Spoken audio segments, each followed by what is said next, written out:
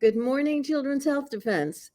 It's Saturday, January 14th, and again, I am going to bring you the amazing James Corbett. In our show last month, we discussed the WHO, and we got over 500,000 views. And so we are going to talk some more because clearly everybody wants to know what is going on with the WHO. What are the issues of national sovereignty that the WHO may be trying to usurp? And we're going to tell you all about it. So thank you very much, James. Thank you so much for talking to me again. I'm excited for this. There's a lot of stuff to go through. All right. Why don't you start telling us what's happening this week? All right. Well, let's bring people up to date. And I know this is very confusing for people who are jumping into the middle of this. So I guess just as the basic background, people who don't know should know by now that the World Health Organization is cooking up a number of things that could ultimately, as you say, end up usurping national sovereignty under the guise of protecting us from the nasty viruses that are out there.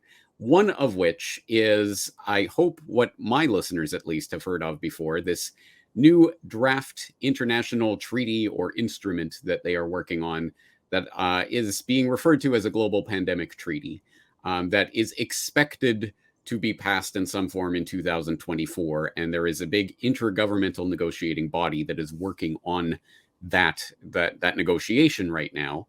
And it's still in process. The latest that I have is a news release from last month, which states that the WHO member states have agreed, as we were talking about in our last conversation, to develop a zero draft of a legally binding pandemic accord in early 2023. So basically the zero draft, which is going to be the sort of the basic working thing that they're going to be working from in their negotiations, is apparently going to be ready for negotiations by member states starting February 2023. So next month, they are going to have some sort of zero draft, which is going to be based on the conceptual zero draft of this global pandemic treaty that we were talking about last month. Well, now they're going to be working on a zero draft. And so there will be more information coming out about that. But confusingly, at the same time as they are working on this global pandemic treaty, they are also working on revising the international health regulations of 2005.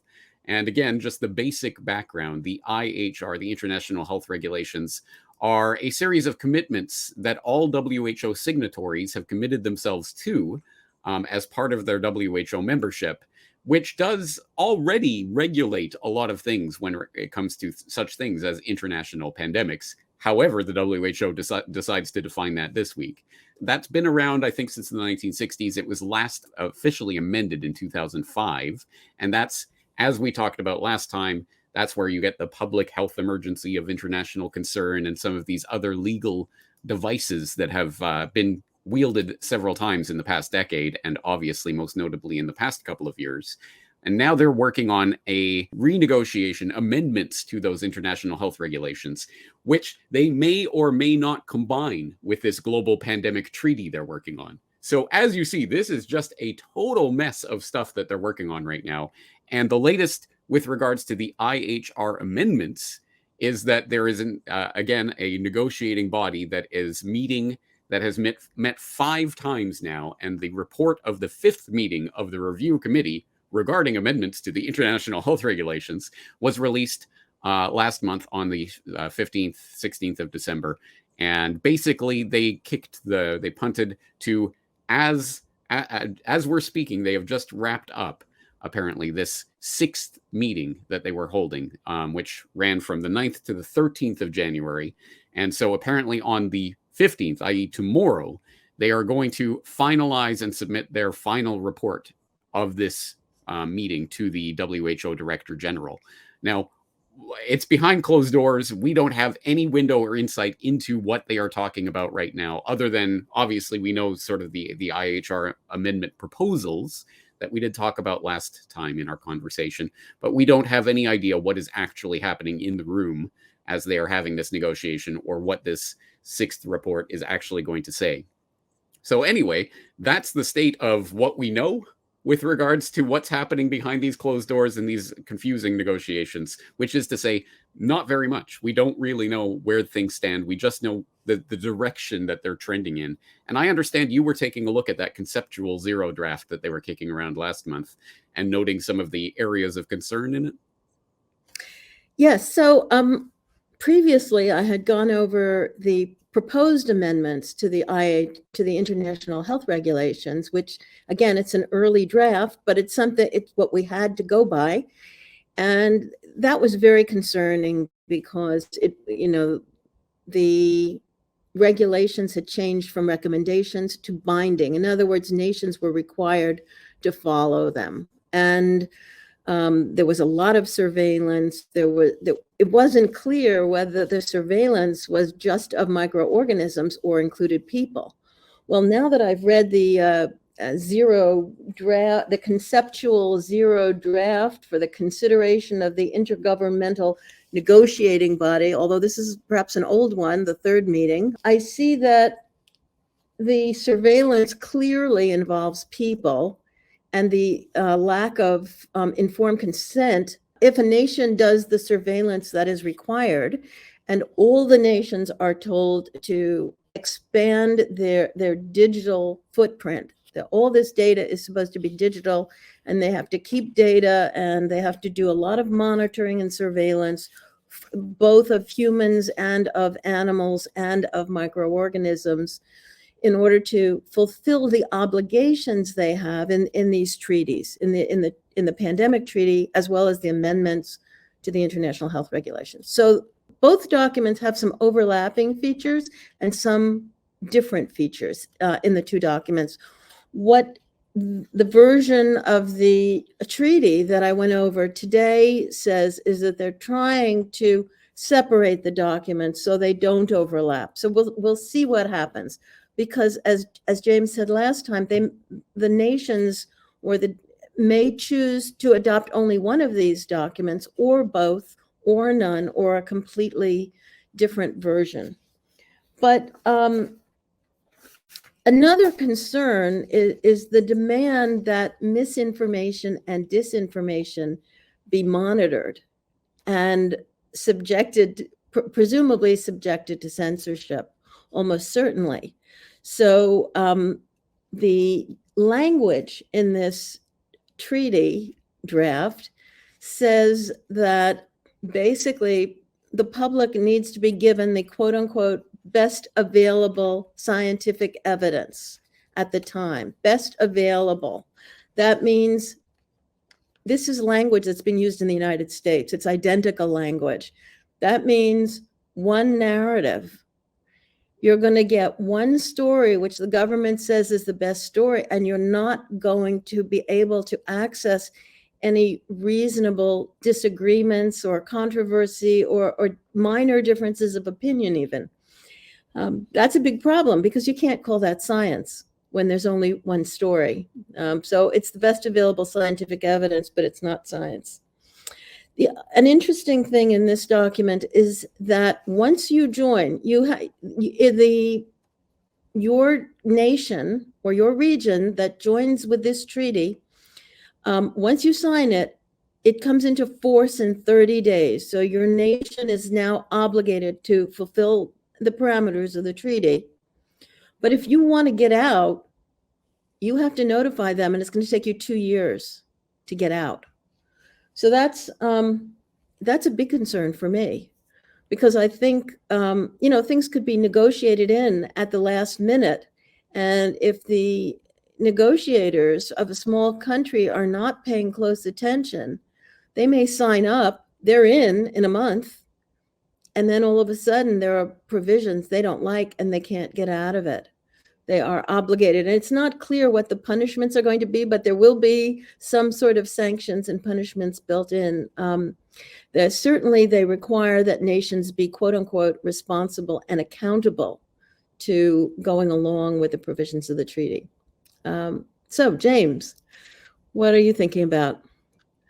You raised some important points there, one of which is what are the consequences for states that not only fail to implement all the parameters and policies within 30 days, but then deliberately do not go along with this. And I'm going to get things confused now because, again, we're dealing with these two separate but maybe combined things, the international health regulation amendments and the treaty negotiations, the pandemic treaty negotiations. But I believe it was with regards to the pandemic treaty negotiations, the INB, the Intergovernmental Negotiating Body. I believe they were talking about, when they were first talking about this whole process, they were talking about financial implications. And basically, it has been pointed out that the IMF, for example, can be used as an instrument of control over many of these developing nations that rely on IMF loans and funding and support, or World Bank.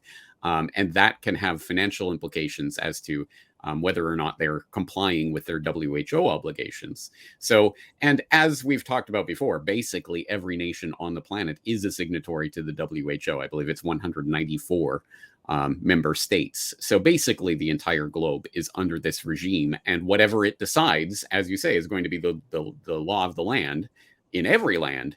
Although supposedly no treaty should be able to override the U.S. Constitution, right, in the United States, but that's already seemingly a lost cause because the U.S. has been a member signatory to the WHO for decades now.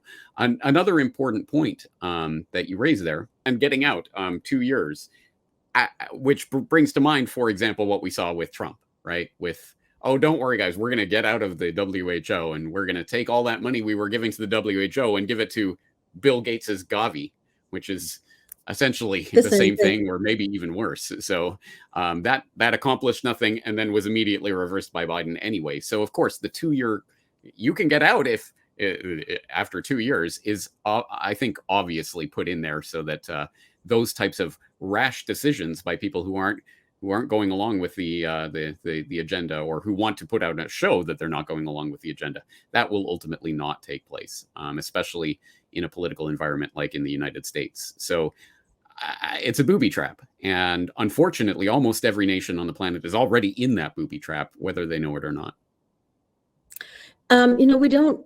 We're having a hard time with the names of this treaty, and they keep changing. So I would suggest, why don't we just call it the Hotel California Treaty?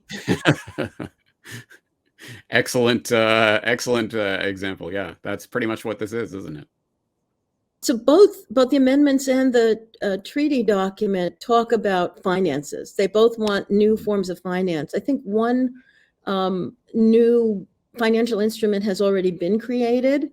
The treaty document is not particularly specific, although they do talk about the World Bank being involved and some world organization that protects intellectual property being involved as well. They want to incentivize research and development.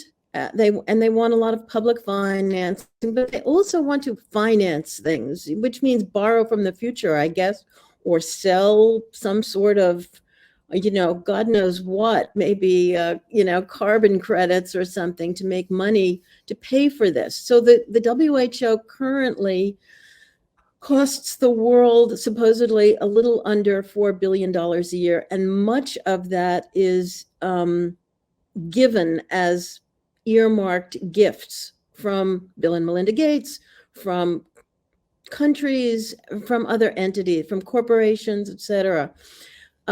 What they want is about $60 billion a year to run the new improved WHO after the pandemic treaty and the amendments are, or some combination go into place.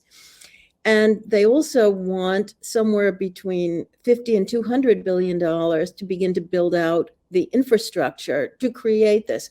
The whole thing is based on, as I've said before, the notion that one can prepare for and prevent pandemics, and that is a false notion, particularly when the pandemics are caused by our governments paying for the research. So One Health is a concept we talked about last time, which claims that you can't look at human health in isolation, but you must instead consider at the same time the health of livestock. Okay, there are a few diseases you can catch from, drinking raw milk or contaminated meat, but in general, there's very few of those diseases in the developed world. One Health also says you can't just consider livestock, you've got to consider wild animals, and while you're at it, you need to consider plants. But that's not enough either. Human health is also dependent on ecosystems. So you need to concern yourself with ecosystems. And this pandemic treaty mentions that the treaty is also concerned about fragile ecosystems, as well as the health of humans and animals and plants. This is a big concern because One Health then wraps up the entire world in its purview. So under the guise of doing a One Health analysis of a situation or of a human pandemic, one could potentially, the WHO could say, okay, this particular area is causing a loss of biodiversity because of too much farming or too much something else. And therefore you have to stop farming, or you have to stop mining or road building. These are all things that have been mentioned in documents that could be upsetting ecosystems and therefore could be ordered to end. And people could potentially be moved from one place to another because of a need to protect the ecosystem, or to separate them from the bats in the bat caves or some other animals that are presumed to potentially cause an epidemic. It's important for people who are trying to take over the world to shove One Health down our throats, because one of its purposes is to blame humans and the human-animal interface for pandemics, and to take any thought of blame away from laboratories that our governments may be sponsoring, and to completely get rid of the idea that there could be, biological warfare, or maybe these labs are just trying to make a better vaccine, as claimed. But in any event, they're designing more new microorganisms, which in many cases can be lethal, and certainly more transmissible than those that we already have. So One Health is very big in both the treaty and in the amendments. And everybody, as soon as you hear the term One Health, prick up your ears and listen to what they're saying, because this is a cockamamie concept. It has almost no real meaning. One meaning it has is that, yes, antibiotic resistance is a problem that relates to both humans and animals, because currently 2/3 of the antibiotics used in the United States are used in animal feed to enhance animal growth. They are not used to prevent any infections in the animals, but the animals get fatter quicker if you feed them antibiotics. And this is the primary cause of antibiotic resistance in humans, because people are eating meat that is, filled with antibiotics.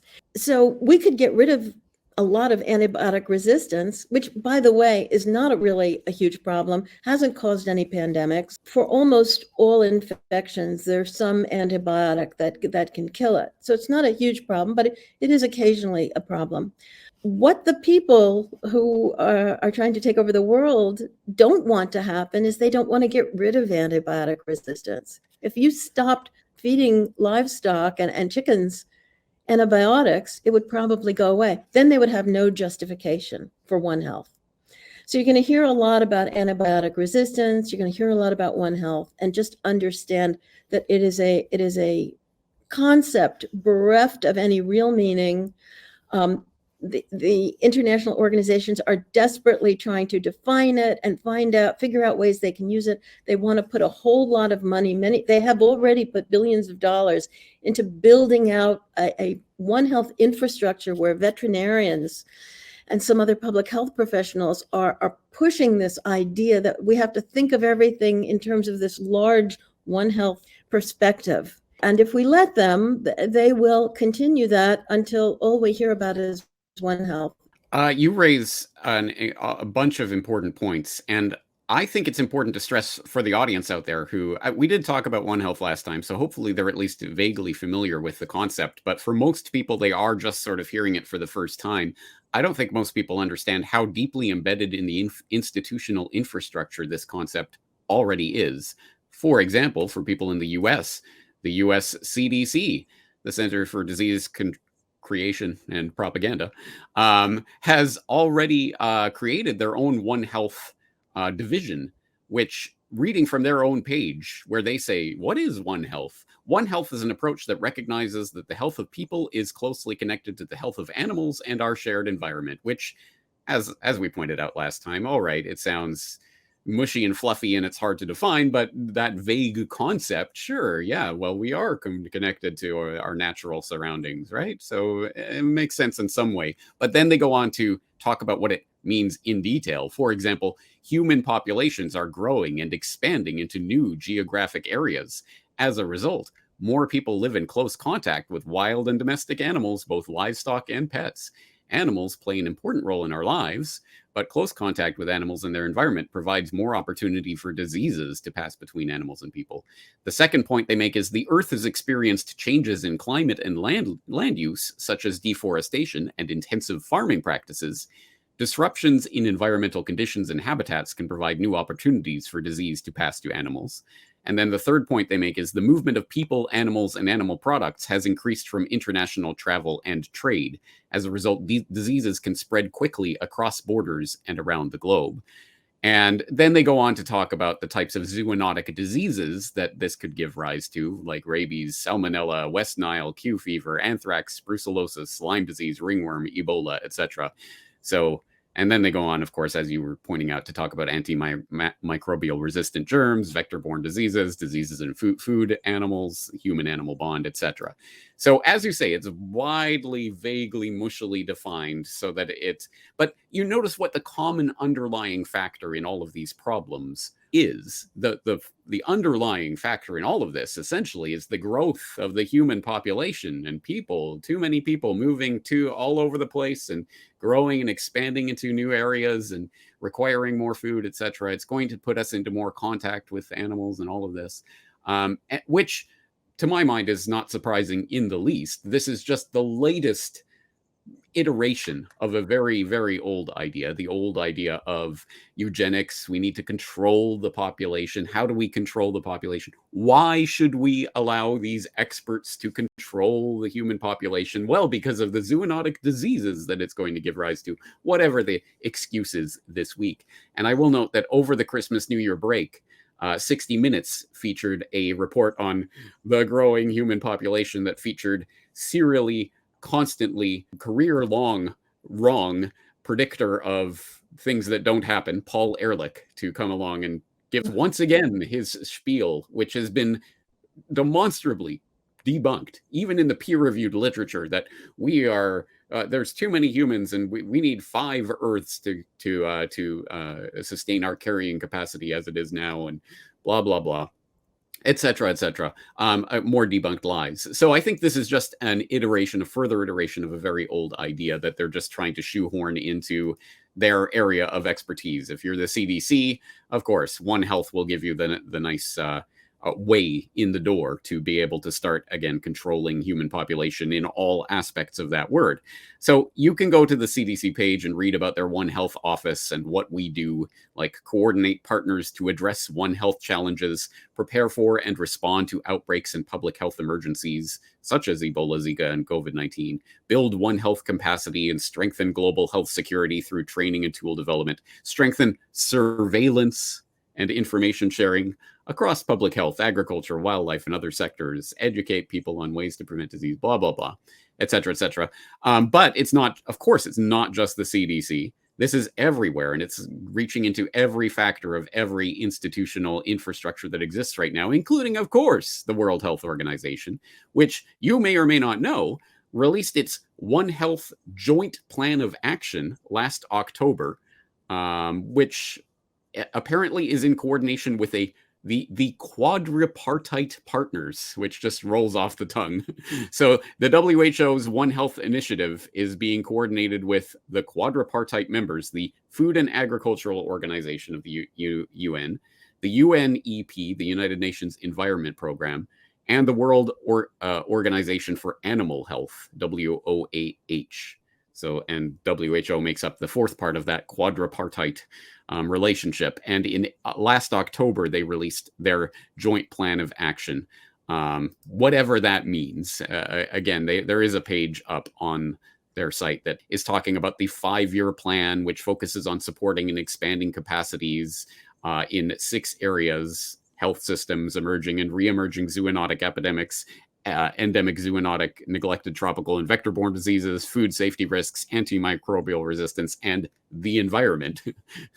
The environment. So basically, as you say, anything and everything that they want. This is their excuse in the health department of the grand global governmental infrastructure that's developing to try to fit their snoot into that trough and to draw from it liberally. And if only it was just some sort of money grab, if only it was just a swindle, that would be bad enough. But of course, it's not about that. As I say, it's about controlling human population. And this will feed into the general sort of theme of too many people going all over the place, niggledy-piggledy, and too much freedom. We have to contain this. We have to control it. We have to start, I don't know, doling out carbon credits or otherwise limiting human activity in various ways. Another important part of this that you picked up on there is, of course, about food animals. And of course, the antimicrobial resistance coming from antibiotics given in the factory farming system. And this, to me, is a perfect example of a problem, reaction, solution scenario, whereby if you have a certain end goal in mind, and if you are in a position to be able to steward over resources and people and technologies so that you can, say, bring about a problem in order to say, hey, look at that problem, we need to do something about it. And then, hey, look, we have this solution all ready to go. And I think that's exactly what we're seeing here with regards to this, talking about the factory food farming system, which obviously there are problems with the way that our food is being produced these days. And I think everyone understands the conditions under which animals are raised for slaughter in the factory farming system is itself not environmentally sustainable, is not nice, is not good. And it requires the feeding of all this antibiotic gunk to these animals so that they don't basically die in squalor in the cages and pens that they're cooped up in order that they can then be slaughtered and eaten. And of course, as you say, contributes to antimicrobial resistance. So we all know this is a problem. What's the solution? Certainly not going to, free range farming or something more in line with actual nature. No. Now, the next stage of the solution is cut out the animals altogether. We'll just have lab grown meat, right? And you may roll your eyes. Oh, do you really think they're going there? They really are going there. There are a number of resources out there that I would direct people towards, one of which is called Please Stop the Ride at pleasestoptheride.com, has done some great video explorations of this, and the transcripts are available on that site. For example, talking about the biotech food takeover that is happening right now. And people don't understand how advanced this already is. But if you want it from the horse's mouth, you could go to the Canadian Government of Canada's Policy Horizons Canada, which released a Biodigital Today and Tomorrow report in May of 2022, talking about the future of food and talking, of course, specifically about that lab-grown meat. You can grow anything, anywhere, anytime, which will make nations self-sufficient with their food supply. And diet will merge into preventative healthcare, because we will be able to start working with people at the DNA level to structure diets specifically for them that will produce wonderful, healthy people from this lab-grown gunk that we're going to start shoveling inside of people instead of, traditional food. And again, I think people probably don't know how advanced this stage of the agenda already is. Yeah, it's really scary, and we're going to go into the food issues a bit more. in case you're still not sure that One Health is a terrible, terrible concept, who are the people who have, pushed it? Who have the boosters been? So Tony Fauci has been one of the boosters. Peter Daszak of EcoHealth Alliance has been a big booster of One Health. So the WHO picked 26 experts to be on this expert group to try to sort of lay out what One Health was going to be, because really it's nothing. So they have to struggle to come up with some concepts for it. But among the people who are in that group of 26 experts are George Gao, who is the head of China's CDC and was at Event 201 exercise and has been at the monkeypox tabletop exercise. So a clear globalist health person. And another person on this 26 list of experts is Marion Koopmans, who is the head of a department at Erasmus University in the Netherlands. She was a buddy of Peter Daszak. She was on the WHO investigative committee that went to Wuhan and said that COVID was probably due to frozen food. She too is a globalist flunky who has been working on probably biological weapons, gain of function organisms. And in fact, in her department, her close colleague was a person who developed the transmissibility of an avian flu so that it became airborne when it was not previously airborne and could infect ferrets. So I think he also caused it to jump species. In any event, that was done in her department. These are not trustworthy people, but they are being put in place to manage the narrative for us. I wanted to mention a couple of other things that I paid close attention to in this draft of the treaty. James talked about this issue before, but I want to mention it again, and that is the right to health. The enjoyment of the highest attainable standard of health, defined as a state of complete physical, mental, and social well-being, is one of the fundamental rights of every human being, without distinction of age, race, religion, political belief, economic, or social condition. Okay, unquote. Now that is pretty crazy. Does that mean if I have bad teeth, you're going to give me new teeth? You're going to put in implants or give me you're going to give me dental care? If I was born without an arm or if I have an amputation, you're going to provide me a new appendage? Is this claim in this document providing a bridge to transhumanism? What is this highest attainable standard of health? This is a myth. Complete physical, mental, and social well-being. What does it mean? People are going to be drugged up all the time? So that's one thing. The next issue right after that on page 12 is sovereignty, which says apparently they heard us talk about the sovereignty question and wanted to make this treaty appear to show that nations will be able to retain their own sovereignty when there's a pandemic or public health emergency.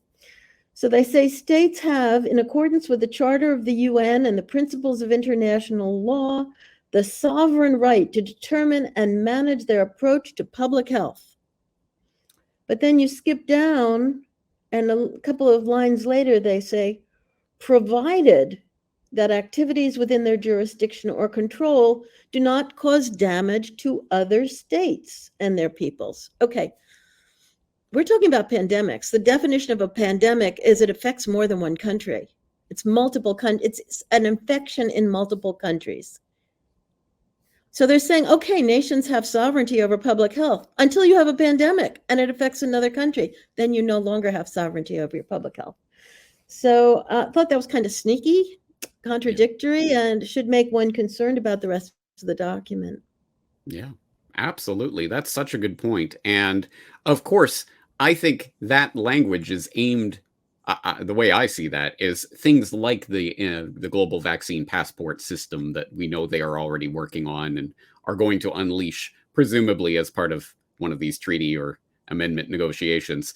Because again, yeah, you can do whatever you want within your own borders, but no, you have to be on board with the global vaccine passport system, because this is about going between countries, right? So that's one giant foot in the door for that agenda. And you raise another important point again about the definition of health. What is this thing that we're trying to attain, which we talked about again in our last conversation, and which is worth bringing up probably in every conversation, because this is exactly what this is all about. When they define health so broadly, as you say, what does that mean? The highest possible attainment of physical and mental well-being. It means whatever they want it to mean. And the way my mind works, I start to think about, oh, well, I mean, that's a gigantic way, the big wedge for them to start inserting themselves into every aspect of your life for whatever reason they choose. So, for example, I mean, if you're overweight, then clearly you have not attained your highest physical well-being. So the state may be able to come in and dictate for you. Well, okay, you're not allowed any more of that pizza. You can't have that cheeseburger. And hey, some people would even say, well, good. I think we should be looking over people's diets. But then it's every other aspect of whatever they say. Mental well-being. Who gets to choose? Who gets to determine by what rubric and standard is that measured? So do they get to say, look, you're resisting this World Health Organization One Health agenda a little too strenuously. I think you may have some mental problems, and you may scoff, but of course, we have seen this used. Psychiatry and psychology have been weaponized in the past, obviously in totalitarian states like the Soviet Union, where dissenters were literally pathologized. If you're against the state, you must be crazy. And of course, it happens to this day, even in developed nations. And I don't have the details off the top of my head, but I believe there was a doctor in the Netherlands, that was recently hospitalized, or was at least being referred for psychiatric evaluation because he was not going along with the vaccine agenda, something along those lines. So anyway. Yeah. So there was a doctor in Canada who was hospitalized in a psych ward and given antipsychotics for almost a month until a friend of his got him out. And another doctor, cardiologist, internist I know in Switzerland at the beginning of the pandemic, he said, this is baloney. And they hospitalized him. He was in for almost a week. And then I myself was ordered by my medical board to have a neuropsych evaluation. Because they were on a fishing expedition. They needed to find something to justify the fact that they were taking away my medical license, suspending my medical license, which has now been suspended for a year as of today. And they didn't have anything. So they said, okay, pay $2,100, go see this guy, our guy, and we'll get a report, and then presumably they could revoke my license forever. Yeah. As I say, this is the weaponization of that concept. Again, the highest attainment of mental well-being. Oh, that sounds nice. But who gets to decide what that means? And it can be weaponized and used against people. Anyway, that's the way that I tend to think of this. But you raise an incredibly important other side of this, which is, well, if you're born without a limb, well, then we can give you a new limb. Or what about when we start to get into the brain upgrades, right? The neurochips of various sorts, maybe not Neuralink, but something along those lines. Well, these people are upgraded and they're even better. They can think faster. They can access the internet in their brain. Yay. So that's the highest level of physical attainment, right? And so now we have to start upgrading and chipping everybody, right? We all have to be part of this. So you're exactly right. It is also a gigantic open door for the possibility of inserting a transhuman agenda into this, that humanity will have to be upgraded as the technology makes it possible. You won't get a say in it because the government will be able to control through this One Health policy, the physical attainment and the highest possible condition of all the people. And most people might just respond, yay, good. They're looking after our health, because all of this has been put in that box. Right.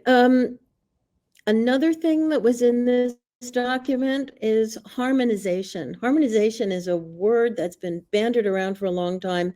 We need to get all the nations to agree on standards. But in this case, the harmonization is regulatory requirements for drugs and vaccines, right?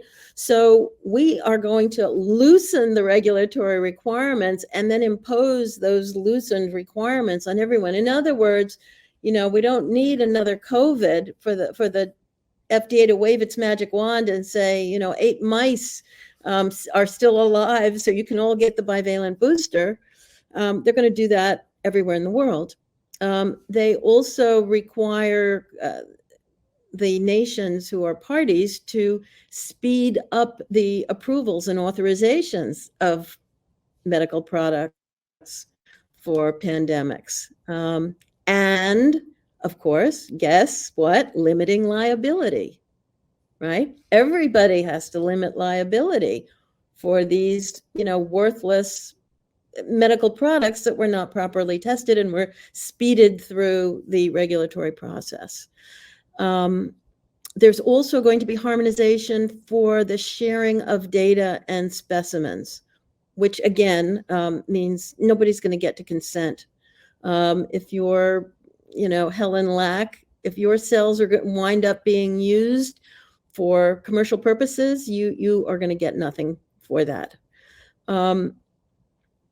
Interestingly, mental health care is specifically mentioned a couple of times in this document, so which made me think they definitely do want the ability to, provide you with drugs so that you can maintain that optimal physical and mental state that they are referring to.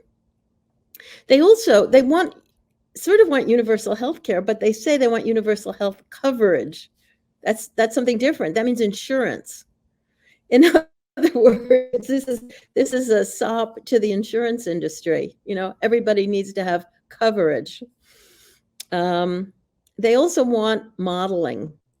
Definitely, we need modeling. Because once you're doing modeling, you can come up with anything as your forecast, your prediction for how bad is this pandemic going to be, or is there even going to be a pandemic? Well, we've modeled it. At this rate of growth of new organisms under these conditions, we can expect a pandemic every 2 years. That sort of thing. Another weird thing is they want all these countries to have the ability to perform genomic sequencing. They want, this isn't just necessarily PCR tests. I think they want to obtain the genome of everybody for purposes we can only speculate. This could, of course, be used to say what dose of drug you should have, that you're a faster metabolizer of certain classes of drugs than somebody else. But you might have a resistance to a particular infection. That gene might be useful, might be worth money, and they want to have it. I don't think they want you to be paid off for providing it. But there could be a lot more to it than that. I mean, we can only imagine what right now it has been illegal to sort of require the genetic your DNA makeup because of insurance issues. So luckily, about 3 decades ago, that was an issue, that insurance companies, if they knew you had a genetic predisposition, they might not insure you, or they might charge a lot more money. So there were bills passed. I don't know how many states passed them, but bills passed so that insurance companies could not do that to people with their genetic data. And anyway, but that doesn't mean that once this treaty goes forward, that those laws will have any meaning. Another thing they demand, which was a little crazy, is they want tabletop exercises, just like Event 21 and the monkeypox pandemic, exercise a year before monkeypox showed up. They demand that nations do tabletop exercises and regular pandemic drills. The only thing I could come up with is that they want the population to be continuously on alert and frightened about the possibility of pandemics, so the populations can be managed using that fear, and it becomes, one of the major things everybody talks about, just like we've gone through for the last 3 years, where COVID is the topic of the day every day. Finally, the document talks about whole of government, whole of society. Once these phrases have become buzzwords in the United States anyway, means every part of society needs to get on board. The civilians, the NGOs, the government, the army, the corporations, everybody has to work together to push a particular program. And in this case, it's the pandemic planning. And I guess one more, they want messaging, and they specifically want it to encourage the public's trust in both science, trust the science, and in government. So that is what I think at this point the pandemic treaty is about. And although the WHO says these documents are going to be finally negotiated in 2024, to me, the fact that they're having so many meetings so close together suggests that they want to get it done this year. So I think we may only have potentially until May before one or both of these documents gets voted on. I suspect you're right. Again, they're dangling out 2024 for the masses. Hey, it's going to happen in 2024, which, as I think you're right in saying, it probably means it's going to happen this year, and they're going to present it as a fait accompli, and it's just going to be, let's sign the paper and have the festivities in 2024. But the real meat is happening right now, and I mean right now. So I think people need their eyes on the ball on this, and we should probably talk about what people can or should be doing about this. But before we do so, I just want to comment on what you were talking about there. I've been around in this long enough to know what the word harmonization means, whether it comes in Codex Alimentarius or any other of these sort of international or the proposed North American Union that was being floated around in the early 2000s and things like this. Harmonization always means the race to the bottom when it comes to regulations. And of course, it's just grist for the mill for the pharmaceutical industrial complex that obviously wants the CDC system of green lighting and rubber stamping anything that they put out at any time. They want that to be universalized for obvious reasons. When it comes to modeling, again, such an important point of what happened in the past few years. People might not remember. It was the Imperial College of London report estimating 500,000 deaths in the UK and maybe a couple million in the US. That's really started generating at least the political hype surrounding the lockdowns and all of that in the first place, along with the Gates founded and funded Institute for Health Metrics and Evaluation in his home state of Washington, which had a similar report at that time. That was what people were using. So modeling is actually probably the key towards generating a pandemic in the future. The genome, tailoring things for first getting your genome and then tailoring things for you. Of course, again, it's going to be presented as a wonderful thing, and pointing back to that Biodigital Today and Tomorrow, where they're talking about individual diets based on DNA profiling, advances in nutrigenomics, the study of relationship between genes, nutrition, and health, could allow people to make health, diet, and lifestyle choices based on their genetic profile. Talking about personalized dietary advice based on DNA, using 3D print technology to print biome-based bespoke sushi, vitamin pills being tailored to your genome, etc. Again, a lot of hype surrounding this idea. And do you really think that they're trying to get your genetic data so that they can precisely fine-tune your health, right? And let's just imagine a scenario, and I know you have to really stretch your imagination for this, but let's just imagine a scenario in which perhaps there was some sort of government entity or someone in one of these institutions that didn't have your best interests in mind, wanted to make you sick. They would be able to do that quite easily if they had your genetic data down to that level, wouldn't they? Anyway, something to think about. On the note of drills, again, I think probably an underappreciated point. Event 201 happened, and it happened for a reason. And there are a number of reasons why drills like that might happen. For people who want a sort of bigger, in-depth exploration of that in a different context, I did a documentary several years ago called 9/11 War Games. It's at corbettreport.com/911 War Games. And people can go there to find out about the dozens, literally dozens of drills, exercises, war games, and simulations that were taking place around attacks on the World Trade Center, attacks on the Pentagon, planes crashing into buildings, Osama bin Laden, et cetera, in the lead up to 9/11, let alone all of the war games and exercises and drills that were taking place on the day of 9/11, including drills of planes flying into buildings on 9/11/2001. It's an incredible coincidence, isn't it? Or perhaps it speaks to something more. But drills can be used in a number of ways, one of which is to actually shepherd in an event that you want to take place undercover, so that when and if it gets exposed beforehand, it was just a drill. And that has happened several times throughout history.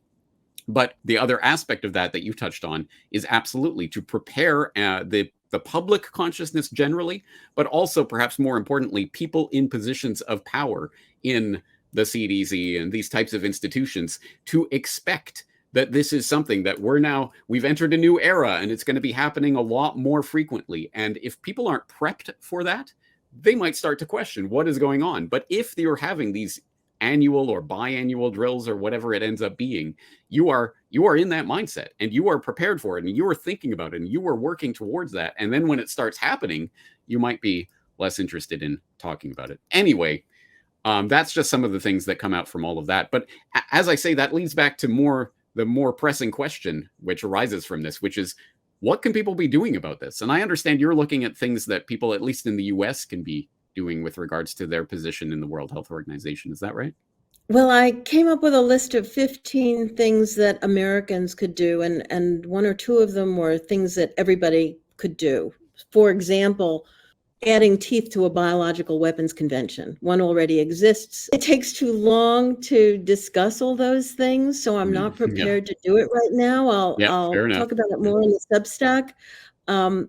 As far as this business of the WHO creating a situation where they can take over sovereignty from all the nations that are parties to the treaty or to these amendments of the IHR, on the basis that there's a pandemic, and therefore WHO now gets to make all the public health decisions and all the One Health decisions, and now is in charge of ecosystems and animals and plants and everything, and food too, because that is another issue. Everybody wants a completely new food system, which is supposed to help reduce the global warming. And so that's another issue, and maybe James and I will talk about that next time. But what can we do now? The most important thing is to talk to everybody you know. If you have a chance, look over these documents. The draft of the treaty is about 25 pages. The draft of the international health regulations that I have written about on my Substack was 46 pages. Or you can look at James Roguski's Substack. He has done videos about the documents. He has written synopses of them, and I have also about the IHR amendments, and share the information. Explain to people that the way I see this, and I might be wrong, is that there is a group trying to take over control of as much of the world as they can. And there are a lot of different ways this can be done, but many of them require blood, require war, require famine, etc. And those things may still happen. However, the bloodless, easy way to gain control over almost everything in the world, if not everything, is to simply declare a pandemic when you have a treaty or international health regulation amendments that allow the WHO to give all the orders while that pandemic has been declared. And as we know, we are now living with 3 years of a declared pandemic that has become minor, either a mild flu or a cold for almost everyone. And yet we are still living under the pandemic declaration because it gives dictatorial powers to governors and to federal officials.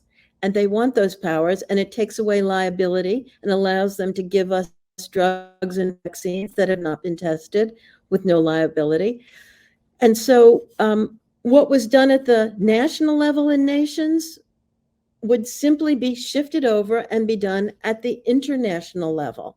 You know, it's basically most countries have already been run like dictatorships, but they do have underlying law that can get them out of it. They do have states that could, you know, vote differently. For instance, Pennsylvania voted not to allow their governor to maintain a state of emergency. After 3 weeks, the legislature had to agree, or they had to stop the state of emergency in Pennsylvania.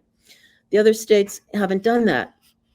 But that's one thing that can be done. There are many things that can be done at the state level. It turns out that the state, according to the US Constitution, the states are in control of medical care because medical care was deliberately not discussed in the Constitution. They had doctors then, they had medical care. But the Constitution says if we don't talk about it here and say who's in charge, it goes to the states or to the individual people to have authority and sovereignty over that issue. And so medical care is one that, according to the Constitution, should be left to the states and the people. And therefore, one can make the argument that if the US federal government transfers sovereignty over healthcare to the WHO, it didn't actually have authority to do that because the states, that authority for healthcare rested within the states. And so explaining this to your state legislators, your governor, your mayors, explaining what's going on, that we could be walking into, you know, another disaster, just like the one we faced, this illegal, you know, whole new set of laws, emergency laws in place, and losing many of our civil rights because of the declaration of an emergency. We could be walking into that internationally and never get them back. But potentially the states could stop it, the Congress could stop it, and in other nations, you know, people need to understand what's going on, demonstrate, you know, write letters to the editor, which still are being published, even though, you know, the mass media are not publishing too many honest articles, but they are often publishing letters to the editor. We need to communicate with each other using the means that are still available to us, and get ready for this, because as James said last time, this is the big one. They're going for broke, you know, and it's our job for our children and grandchildren's sake to stop this. Any final thoughts? You said it. You said a lot there, and as you say, as I say, this really is the baseline of any freedom, bodily autonomy, and your ability to decide for yourself what medical interventions you do or do not take, and what way you treat your body. That is the baseline of human freedom. So it could not be more important. I think we've gone over a lot today. I have a lot to say with regards to potential solutions or things that we can and should be doing on this. Please But do. I think well, I would just say in response to what you said, I think it is important you point out that, yeah, one way to play this would be to play different levels of the institutional authorities against each other. And I think there is a good case to be made. For example, as you say, states should have sovereignty over the federal government with regards to such things as healthcare.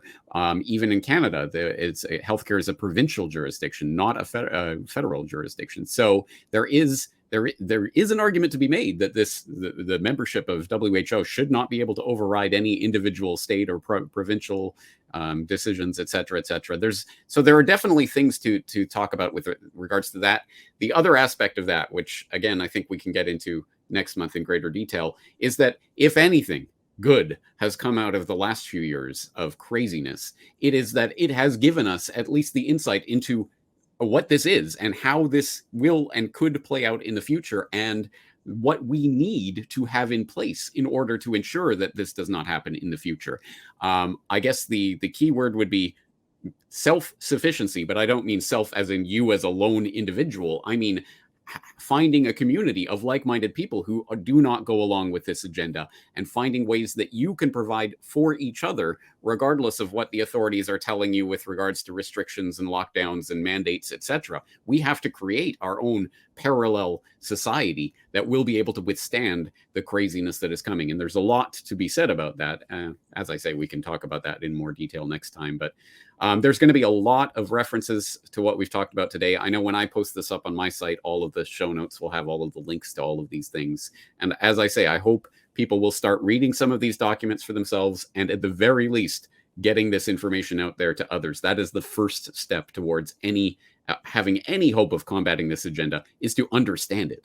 It's such a joy to talk to you all the time, and I am very grateful that you exist, James. So thank you for doing this show, and I will see you next month.